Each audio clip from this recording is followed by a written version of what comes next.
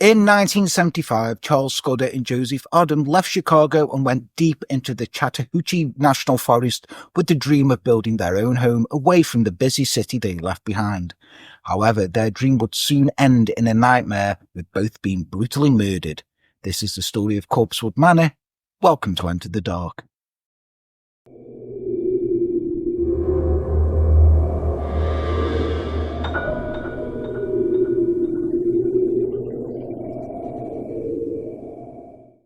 Hello and welcome to Enter the Dark. I am Jan. With me as always is Les. You alright, Les? All good, man. Yeah. Looking like Jack Torrance from The Shining, aren't you? Yeah. Yeah. Rough year. No, just shit barbers. Shit barbers. But yeah, hello and welcome. This should be the first video of 2025. Hello. If it's not, I don't know. I didn't plan ahead. But welcome, yeah. I hope you're all okay. You all had a good Christmas and all that good stuff. Yeah, today we've got the Corpsewood Manor killings. Les, you know nothing, do you? Nope. And you know nothing about this, do you?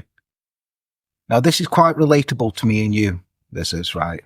Because I feel me and you would be these guys, apart from certain things that we'll get into. Okay, but it could be us, yeah? Remember, guys, if this is your first time here, hello, welcome. I'm Jan, he's Les. Please hit that subscribe button if you like us. It really helps us out, and we're poor, so we could do with your money. Speaking of your money, I forgot to get the Patreon people again, so here's another AI saying it. Sorry, I forgot to record it, so here is an AI bot doing it for you. Amanda Weaver. Kelly Weaver. Liv Templeton. Elizabeth Lee. Krista Francis. Verena Schmid. Angelina Cheshire.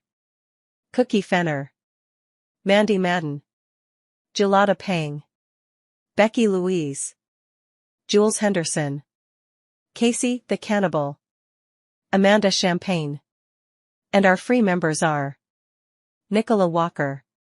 Sloshing B. Lisa O'Neill. Heather Hill. Misty Dawn. Alexander Gutierrez. Melanie.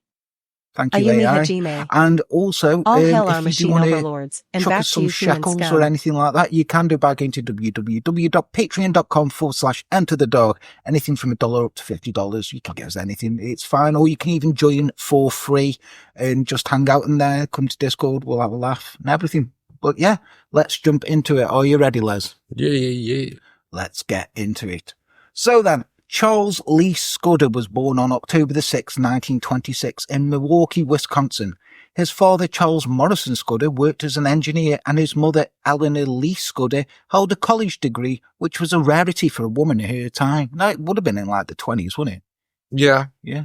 Because they didn't like women back then.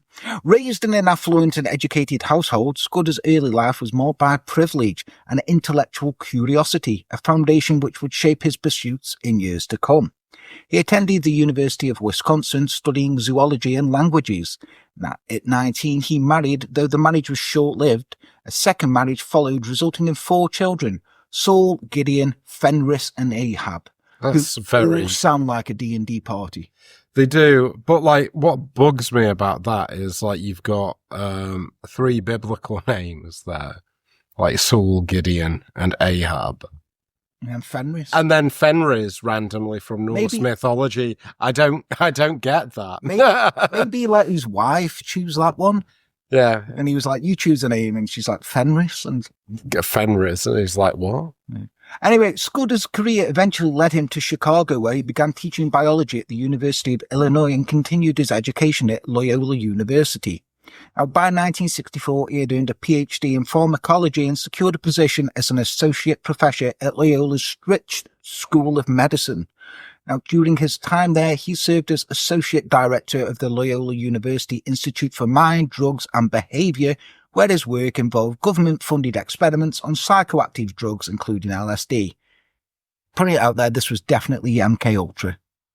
Sounds like he was working on MK-Ultra. Definitely. But how cool is that, though, if you were like associate director of the Institute for Mind, Drugs and Behavior? That's a fucking cool job. It's a coup, isn't it? Yeah. Now, despite his professional success, Scudder grew increasingly disillusioned and restless. His sons grew up and left home to pursue their own lives, and his marriage to his second wife eventually collapsed. By the mid-1970s, he had severed ties with his family completely. His sense of disillusionment deepened into tragedy when one of his sons, Ahab, died at a young age. He was eaten by a whale. This heartbreak combined with Scudder's growing fascination with the occult and desperate need to escape societal pressures pushed him to the brink of abandoning the life he once knew. Now, this is why I'm saying it's relatable to us. It's like, it is a bit like a D&D, or at least like a fucking Call of Cthulhu party. It's like this guy must have been like, you know, he's getting on in years. Like all of a sudden, I mean, most people get into the occult, like, I guess, like you know, when they're quite young. But this motherfucker's like, I mean, he's out like playing these hippies with LSD and making them go and kill Robert Kennedy and shit like that. So, you know, he's like probably like, I'm sick of society. Why are we doing this? It's nasty. I love how those the things that join up on the Venn diagram are like. Anyway, finding the academic world stifling, Scudder abandoned conventional ideas about religion and society, diving deeper into occultism and Satanism. See, it's you. This is also you. During his time, he began placing cryptic personal ads in publications like Gay Community News. Well, that's not me. Now, these ads, often adorned with esoteric imagery, caught the attention of like-minded individuals, including prisoners. Even before his move, Scudder was drawn to the fringes of society, perhaps because he shared a little sense of their alienation. So, you know what I mean? We get on with the weirdos at work, don't we? I mean, I'd say... I mean, it's me, you, and everyone who has autism at work. Which is like 99.9% of the workforce. Now, his letters... Shit, people watch this from work. Yeah. Maybe I did that. Hi, guys. His letters, dark and provocative, often included sexual content and nude photographs. Amidst the wreckage of his personal life, Scudder crossed paths with Joseph Odom, a man who would soon become his lifelong companion. It's like me. We cross paths and I become your hetero life mate. Odom. Now, Joseph David Terence Odom, born on March 27th, 1938 in Cook County, Illinois, led a life in stark contrast to Scudder's. While Scudder was raised in privilege, Odom came from a working-class family steeped in hardship. His father had only a second-grade education and worked as a hotel linen boy, while his mother was a fourth-grade education, took on housework whenever she could find it. What are you laughing at? Linen boy. He's a linen boy. He's got a second-grade education. What do you want him to be? Linen boy. Now, I don't know. It's just a really weird, like, sort of term for it's like, boy, get the linen. It's just like, just call him room service. So that's. I know he wasn't room service, so he's not taking food. Just collecting. He's like folding up linen. He's just there folding up the linen. Now, Odom's life was washing the linen. Was he washing the linen? Could have been washing. Could have been folding, washing, ironing. I think he had to. It's like grades. Like I think grades. You're thinking too much about this as a peripheral character. I mean, it's important to get the full context of So this. Odom's life was difficult, and by 5th grade he had dropped out of school entirely. His path included legal troubles, leading to a stint in jail, where he reportedly learned to cook, a skill that would later shape his role in the unusual partnership with Scudder. Now, despite his modest upbringing and lack of formal education, Odom's simplicity and practical skills endeared him to Scudder. The two met shortly after Scudder moved to Chicago, and Odom soon moved into Scudder's decaying mansion on West Adams Street, a home filled with strange and eccentric treasures, including a pink gargoyle fountain which would later find its way to Corpsewood Manor. Want a pink gargoyle fountain? So this guy like had a tumble down mansion. Yeah, he had a mansion. It was all decaying and like the fucking Addams family. Yeah, house. essentially. So Odom took on the roles of housekeeper, cook, and constant companion.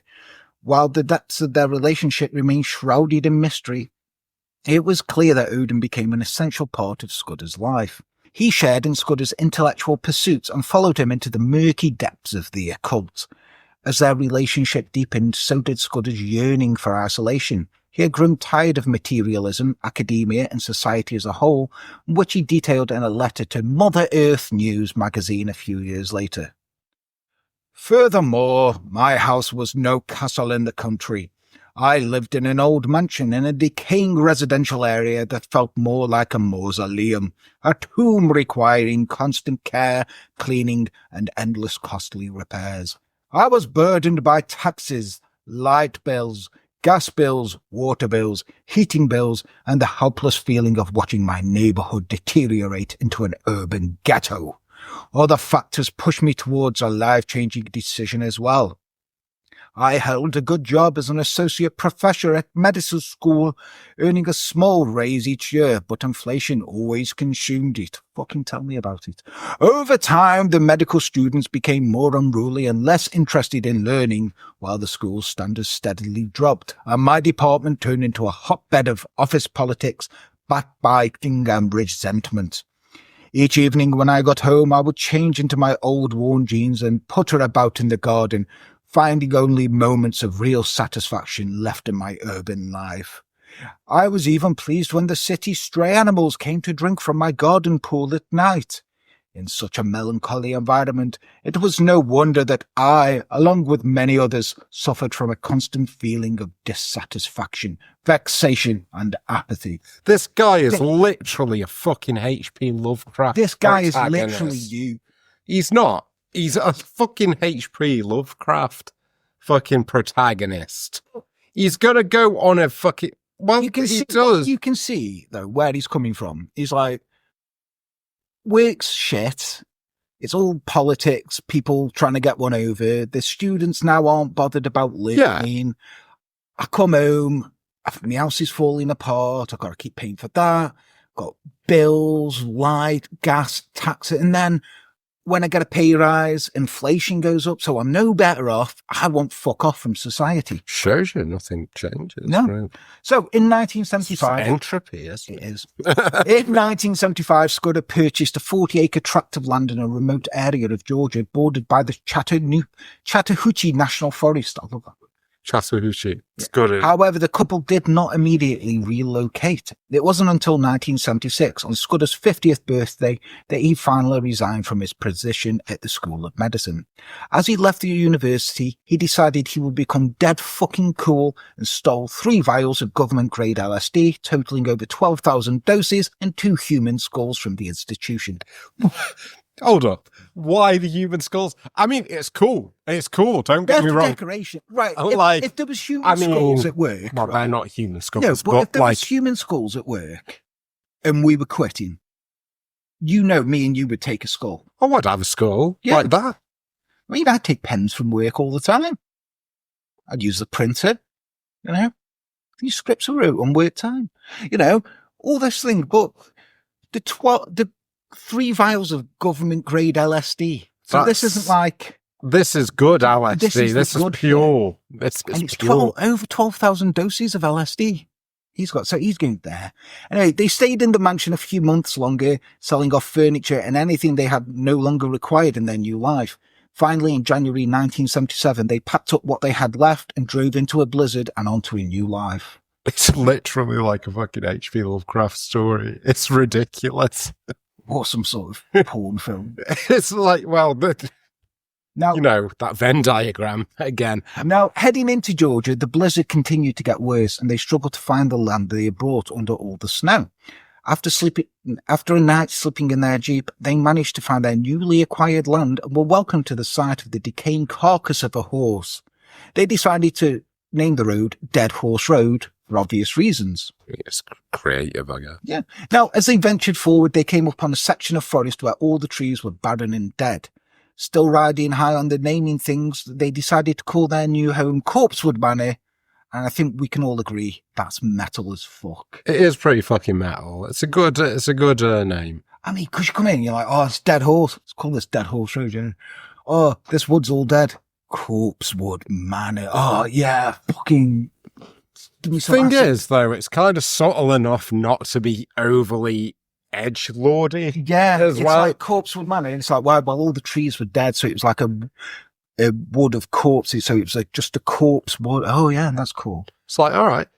See your logic. Yeah, so in 1977, Scudder and Odom undertook the challenging task of building their home from the ground up. Now, there was nothing there. It was literally land. So they were like, right, let's build a house. Now, despite lacking formal construction experience, they were determined to create a peaceful, secluded retreat. With only occasional assistance from neighbours or passers-by, the pair spent years constructing what would become Corpsewood Manor. Now, can you see why a lot of people I've been telling about this have said, that's you and Les? They were like, this is what you two do. Knowing the superficial things they know, yeah. Yeah. Better take LSD. Something else? I mean, now, I would. You would, yeah. I'd have. Now, they chose I see flashbacks all the time, it's fine. They chose a simple yet resilient design, featuring triple layered brick walls that provided natural insulation and kept their home comfortable year-round. Now, the modest two-storey structure measured approximately 40 feet in length and 16 feet in width. Its oval-shaped walls and an uncommon architectural choice were believed to ward off evil spirits. Well, so they've gone for that sacred geometry. Now, the house lacked modern conveniences such as electricity or running water, and instead they relied on hand-pumped well for water, candles for light, and a wood stove for heat, and a chemical toilet. Now, these limitations were not viewed as hardships, but as essential elements of the simple, intentional life they sought. Despite the ominous setting, their time at Corpsewood Manor was deeply cherished. Both men, scarred by societal judgment and past traumas, found solace in their secluded life together. Now, their relationship, unconventional to many at the time, was one of mutual support and shared purpose. Scudder's intellectual pursuits and deepening interest in Satanism were balanced by Odom's practical nature and quiet loyalty, creating a harmonious partnership amidst their isolation. Now, by the end of that summer, the first floor of the house was completed, allowing Scudder and Odom to finally move out of their temporary living quarters, which had included a flimsy tent and a makeshift shelter. Scudder carved inverted pentagrams enclosed in circles into the four chimneys of the house, adding to the manor's unsettling atmosphere. Not my words, these were what other people said. Now, however, during the early stages of construction, Scudder and Odom were involved in a car accident.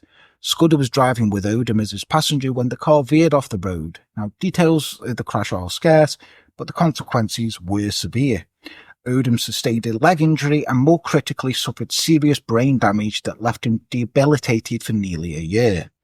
While Odom convalesced at the manor, where Scudder's background in pharmacology and medicine allowed him to provide attentive care. Scudder filed for disability on Odom's behalf, but despite his efforts, Odom never fully recovered. He struggled with concentration and following conversations, leaving a lasting impact on his personality. Many described him as a quiet, disorientated little man after the accident. Oh, I feel bad for him. But during Odom's recovery, Scudder continued construction of their home, balancing his role as caregiver with his commitment to completing their retreat. The isolation from society freed them from traditional constraints, allowing Scudder to fully embrace his interest in Satanism. He eventually became an official member of the Church of Satan, deepening his exploration into the philosophy. Now, Church of Satan, if you don't know anything about it, it was founded by Anton LaVey in 1966, and the Church of Satan rejected conventional religious morality, instead celebrating individualism and self-indulgence. Now, rumours suggest that LaVey and Scudder corresponded through letters, though these claims are just speculative as no letters have ever been documented. Now, nonetheless, not really the most occult of organisations. It is in the 70s. You've not got much, have you? Well, You're in Georgia. I mean, you had like Thelema, and like this guy's got Wicca. This guy's wrote well. the Satanic Bible, hasn't he? So that's it. Yeah. Simon Necronomicon. Yeah. Was that out in the 70s? I think it was out in the 70s. Right. Scudder's devotion to satanic philosophy was unmistakably evidenced throughout their home. By 1978, the second floor was completed, transforming Corpsewood Manor into a fully functional home. Scudder, with a passion for unsettling art, adorned the manor with creations that amplified its atmosphere. On one of the most striking features was the stained glass window near the drawbridge-style door, depicting a chilling image of Baphomet. Beneath this window sat a small ritual cabinet filled with teddy bears. A disturbing juxtaposition of innocence and darkness, don't you think, Les? Yeah. Are you seeing like, talking about that sort of stuff, there's that place under Edinburgh, isn't there? Oh, yeah. In the Undercity. Oh, yeah. Looks good, like with all the dolls and stuff. Oh, yeah, that they leave. Yeah, I'm down for that. I really want to do the Undercity because apparently there's a place where there's an actual, where some druid. Oh, yeah. Summoned a demon or something. Yeah. Yeah, it was cool. Yeah, apparently you shit yourself when you saw that picture. Yeah, I did. Yeah, but Jamie was, Watcher. Jay was like, yeah, the Watcher. Yeah. It looked fucking uncanny. It wasn't nice. It wasn't a nice picture. Anyway, another stained glass window displayed a Medusa-like skull, further contributing to the manor's ominous aura. Now, Scudder's fascination with life and death was vividly reflected in his paintings, particularly in a series flanking the entrance to the manor's spiral staircase. One depicted a baby emerging from a womb, while the other mirrored this image, showing the baby as skeletal and lifeless. This morbid imagery symbolised the duality of birth and death, enhancing the unsettling atmosphere of this space. So it's quite an unsettling atmosphere. If you're just like a normal person going in there, you would be like, there's demons here or something stupid like that. You ever see that, like Duyas, like the Deaf Man's house? Yeah. You know, all the black is like black paintings, what are called the black paintings, which you just painted on the walls. Guessing it's a similar sort of thing. But the most haunting piece, people said, was Scudder's self-portrait, inspired by a vivid nightmare Odom had shared following the car accident. The painting depicted Scudder gagged with 5 bullet holes in his head, a chilling and prophetic glimpse of the tragedy which was yet to come. Oh, is this going to end in a shootout? Now, outside the manor, the couple cared for a small pond they planned to expand into a swimming pool. They planted fruit trees, cultivated extensive gardens filled with vegetables and roses, and even buried an old refrigerator underground to create a cool storage area for preserving perishables. You know, that's a really good idea, actually. Yeah. It's like, if you live in... That's really, that is really resourceful. Now, they also constructed a second building that would become central to the infamous legacy of Corpsewood Manor, the chicken house. The 3-storey structure served multiple purposes. Number 1, the bottom floor housed chickens. They provided fresh eggs and meat, while the second floor was used for storage, stocked with canned goods as part of their preparation for colder months and potential emergencies. Practical. Yeah. However, this second floor also concealed a more controversial collection, their extensive library of pornography, a detail that fueled rumours and scandal in the deeply conservative rural Georgia community. Now, I love that. They just got like porn around the chickens. Now, the third floor drew the most attention, becoming the infamous among the locals known as the Pleasure Chamber, though it was initially called the Pink Room. The walls were painted entirely pink, a colour choice that added to the space's surreal atmosphere. Instead of traditional furniture, mattresses covered in pink sheets lined the floor, inviting guests to sit or recline in this setting.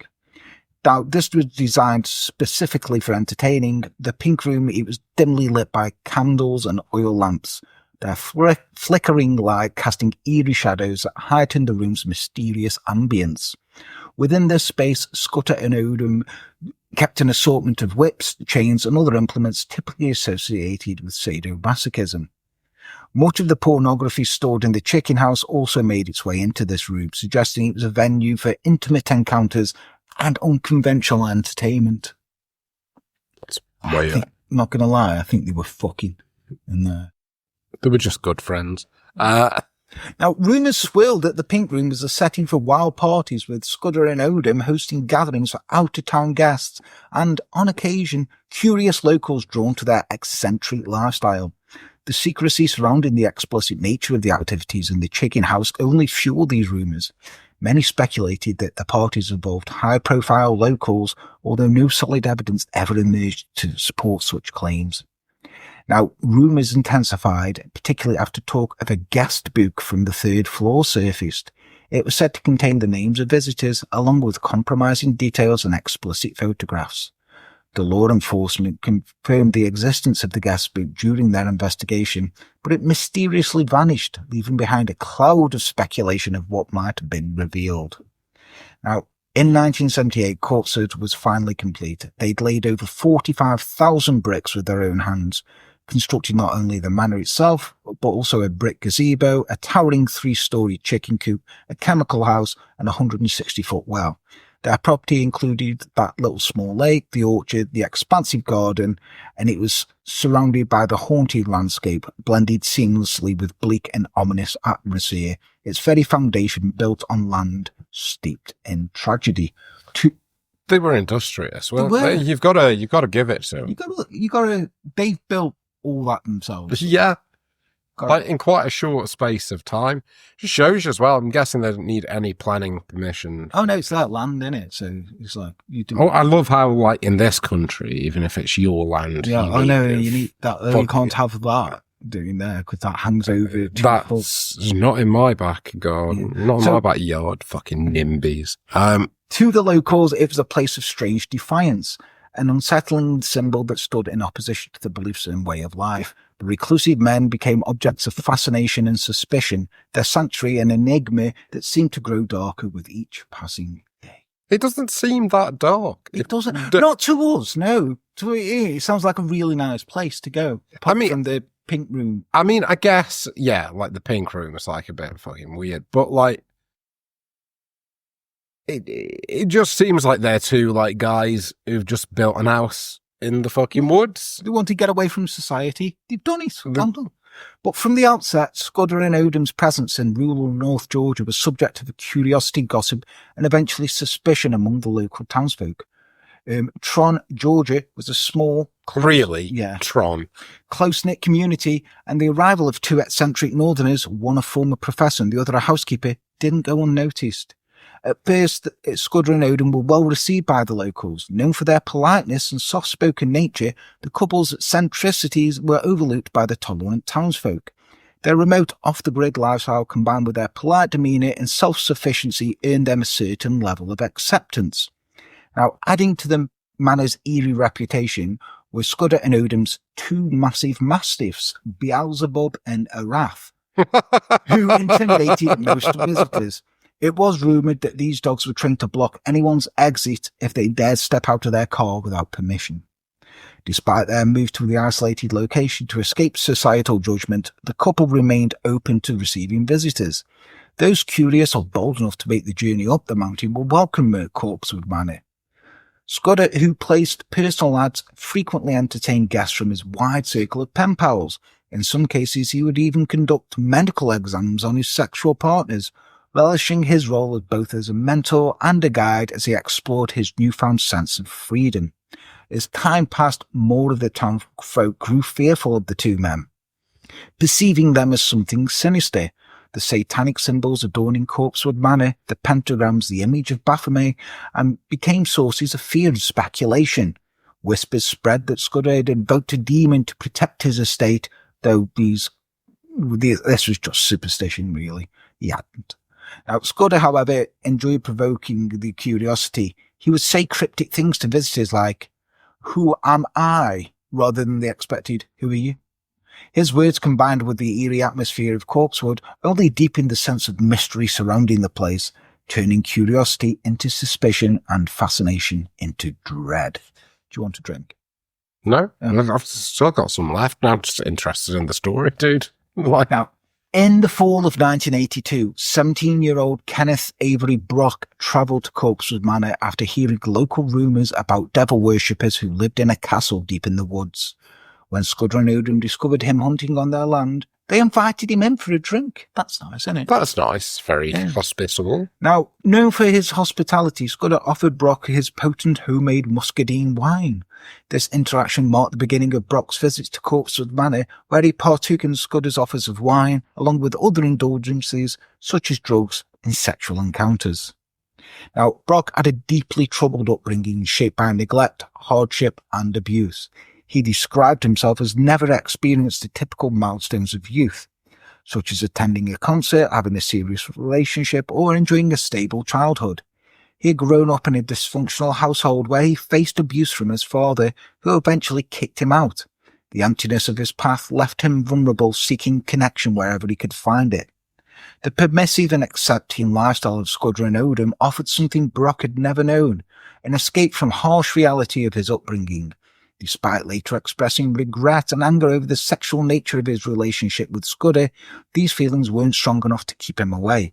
He returned to Corpsewood Manor again and again, drawn deeper into the strange and intoxicating world the couple had created. Now, Brock soon found himself under the influence of Tony West, a man with a much darker past. 13-year Brock Sr., West had been shaped by a life marred by tragedy and violence from a young age. When West was just 10 years old, his father died in a horrific train accident, leaving a permanent scar on the boy. Soon after, his violent tendencies began to surface. At 13 or 14, depending on reports, while playing with a friend's .22 caliber pistol, West pointed the loaded weapon at his 2-year-old nephew to demonstrate there was nothing to fear. Tragically, the gun discharged, killing the kid instantly in front of his horrified mother. Jesus. Now, following this incident, he was sent to a mental institution until he turned 18. Upon his release, he fell into a pattern of criminal behaviour. He was caught stealing tyres from a Jeep and convicted of larceny. He eventually ended up in a county workhouse, a place he later escaped. While on the run, West got into a heated argument with his brother-in-law during a poker game. The confrontation escalated and West shot the man. He was sentenced to 3 years for aggravated assault, but only served 18 months at Pikeville Maximum Security Prison before his release. Over the following years, Tony West was treated 3 times at a mental institution in Chattanooga before retreating to a derelict trailer on his sister's property in Walker County. I wonder if the train he was on that gave him that scar was the Chattanooga choo-choo. Could be. In 1982, he met Kenneth Brock, and within a month, West invited the teenager to move into his trailer. Now, Brock shared tales of his experiences at Corpsewood Manor, recounting the stories of Scudder's generosity with drugs and alcohol. Tempted by the promise of a free high, West accompanied Brock to the manor. West later claimed that Scudder and Brock had an encounter, during which Scudder attempted to involve West, who promptly left. Brock believed Scudder and Odom were millionaires, mistaking their secluded, eccentric lifestyle and castle-like home as signs of hidden wealth. Convinced that a fortune was hidden somewhere within the manor, Brock began discussing the idea of a robbery with West. United by their frustrations and warped dreams of quick riches, the two men set their plan into motion. Now, for Brock, the robbery was fueled by a mix of youthful arrogance and a warped sense of vindication. His anger over his encounters with Scudder convinced him that the theft was not only justified, but righteous. West, on the other hand, was driven by a lifetime of poverty, desperation, and bitter resentment toward a world that had left him with little more than a criminal record and a shattered life. The irony was that their plan was doomed from the start. Despite the air of mystery and perceived wealth surrounding Corpsewood Manor, it was a place of stark simplicity. Scudder and Odom lived modestly, surviving on a budget of $200 a month drawn from a savings that totaled around $40,000. Nearly none of which was kept at the manor. They relied on a checking account for daily needs, and their lifestyle was far from lavish. In early December 1982, Kenneth Avery Brock visited Corpsewood Manor to scout the home, but he was refused entry. Undeterred, him and Tony West began preparing for their plan. They gathered supplies, including a .22 caliber pistol borrowed from Brock's mother under the pretense of going rabbit hunting.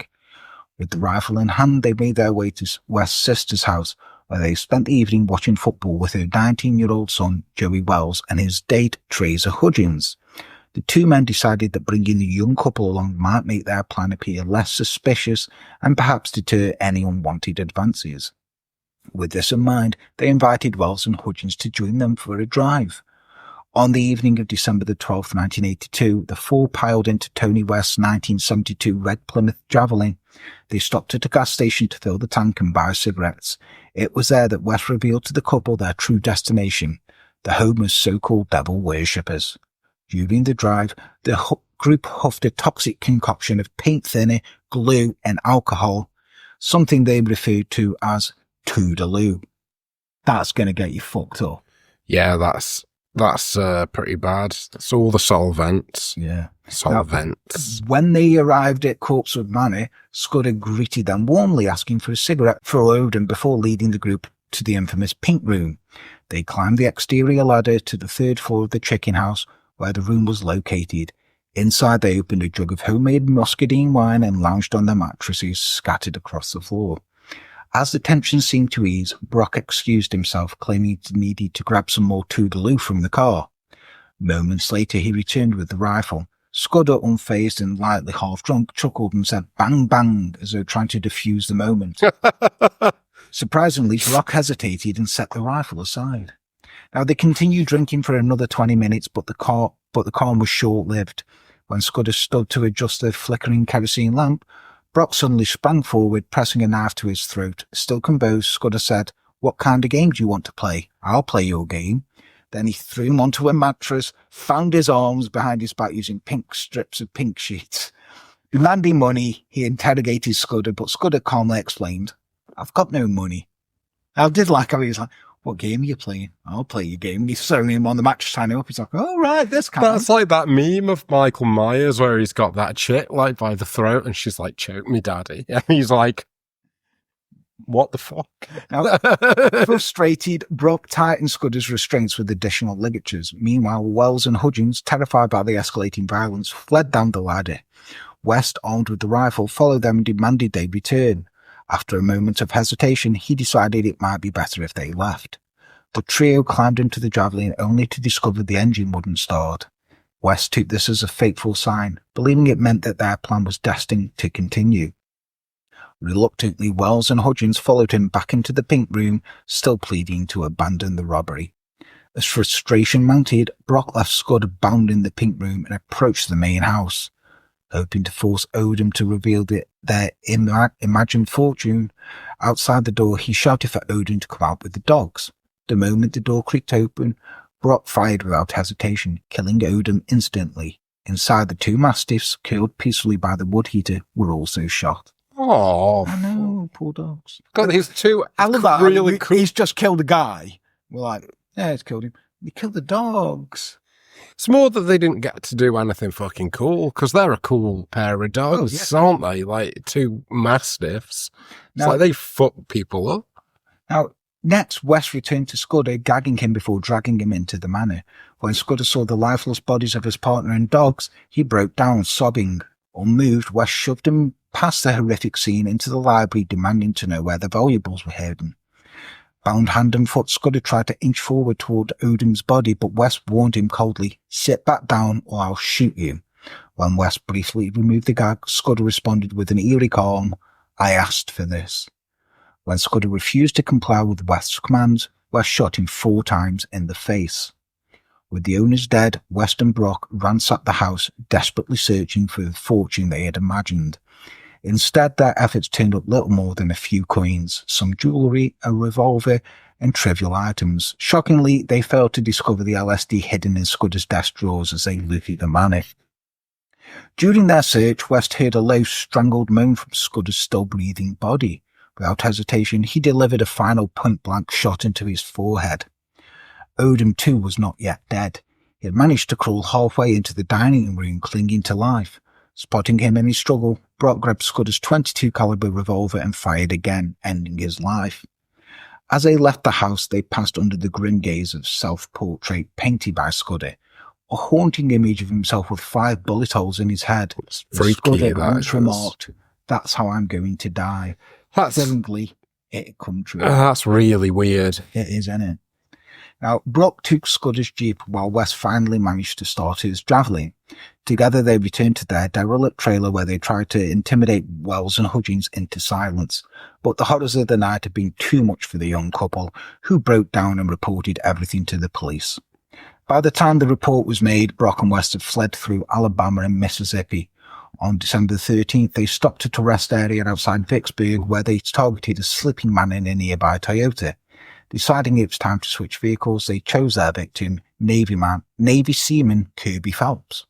Detaining Phelps, they forced him into the woods. As they attempted to handcuff him to a tree, a struggle broke out. West shot Phelps 3 times in the head, killing him instantly. The pair stole his wallet and vehicle, leaving his body to be discovered 2 days later by a Civil War rally hunter. I mean, he did find something. I mean, he did. Yeah. This really escalated, didn't it? Raymond Williams, a neighbour who lived just 4 miles away, visited Corpsewood Manor to inform Scudder and Odom of a mutual friend's passing. When he noticed the Jeep was missing, he assumed the couple had gone into town for supplies. However, when he returned the following day, he found the front door wide open. Sensing something was wrong, he contacted the Chattooga County Sheriff's Office. Inside Corpsewood Manor, investigators encountered strange and chaotic conditions. The presence of satanic paraphernalia further complicated the case. They unearthed black candles, cryptic occult books, and a disturbing assortment of whips, chains, and other items. That day, Scudder's missing Jeep was discovered abandoned in Tallulah, Louisiana. Inside, officers found the .22 caliber bullets linking the vehicle to the crime. Investigators began to suspect that West and Brock were also connected to the nearby murder of Lieutenant Kirby Phelps. As the investigation progressed, Wells and Hudgens, overwhelmed by their horror of what they had witnessed, eventually confessed. They revealed that Tony West and Avery Brock were responsible for the killings at Corpsewood Manor. The gruesome details of the case quickly spread throughout the media, gaining national notoriety. Law enforcement made significant progress in the case after the witness testimony, and it led to murder warrants, and both men were soon arrested. The grand jury quickly indicted them. Brock, only 17 at the time and less violent history, was offered a plea deal, which he accepted in exchange for a life sentence to avoid the death penalty. In his February 15, 1983 plea, Brock admitted to shooting Joey Odom twice and planning the robbery, but insisted that West was the one who murdered Charles Scudder. West's defense team sought to discredit victims, focusing on Scudder and Odom's involvement in Satanism and sadomasochism, portraying them as social deviants. They hoped to sway the jury into viewing the murders as somehow justified. On March 8, 1983, after less than 2 hours of deliberation, the jury found West guilty on all counts. He was sentenced to death by electrocution, but this was later overturned in 1985. He ultimately accepted a plea deal for 2 life sentences, avoiding a retrial. In the aftermath of the murders, Corpsewood Manor transformed from a secluded sanctuary into a haunted attraction, drawing looters and vandals. The once peaceful property became overrun by those seeking to profit from its dark legacy. Local residents broke into the manor, ransacking it for anything of value. Rose bushes were dug up and replanted in local gardens, while small, easily stolen items such as signs and fragments of the building were carted off. Some of these stolen objects, particularly those closely associated with Scudder and Odom, were rumoured to carry a curse. Many who took items from the manor reported a streak of bad luck following the theft, prompting some to return the objects in atonement. This eerie reputation only deepened the public's fascination with the site. On January 5th, 1983, just a month after the murders, the chicken house that housed the infamous Pink Room was set ablaze. Later that year, following Tony West's trial, the main manor itself was also burned to the ground. What was once a remote sanctuary had been reduced to ruins, with only fragments of the building remaining, slowly being reclaimed by nature. In 1985, a man named Bernard Shell purchased the 42-acre plot of land where Corpsewood Manor once stood, hoping to capitalise on its grim infamy. Shell reached out to a film production company, and the idea of bringing the events leading up to the murders to the big screen. The planned film, Murder at Corpsewood, was set to be directed by James Budd, though it never came to fruition. And thus ends the story of Corpsewood Manor. Leslie, what do you think? That was the weirdest episode of Grand Designs I've ever heard. You got to feel sorry for the guys. I really do feel sorry for the pair of them, because it's like, also, I've got to say kudos to the jury on that trial. Yeah. How they were trying to discredit them for being like social deviants. The jury are just like, they still got murdered in a horrific way. They probably were social about deviants, however. However, like... Let's not split hairs. You did kill them. You did kill them horrifically, and like for no reason. Well, there was a reason, but you know, like, yeah, but at the same, it was like pointless, like fucking killing. I feel really quite sorry for them. Like, yeah, they're a bit odd and eccentric, and just want to get out into the woods, and then they unfortunately caught the attention of 2 utter maniacs. Yeah, and all they did was, like, you know, drug him, get him drunk, probably had sex with him, gave him free LSD. Government grade LSD. Government grade LSD.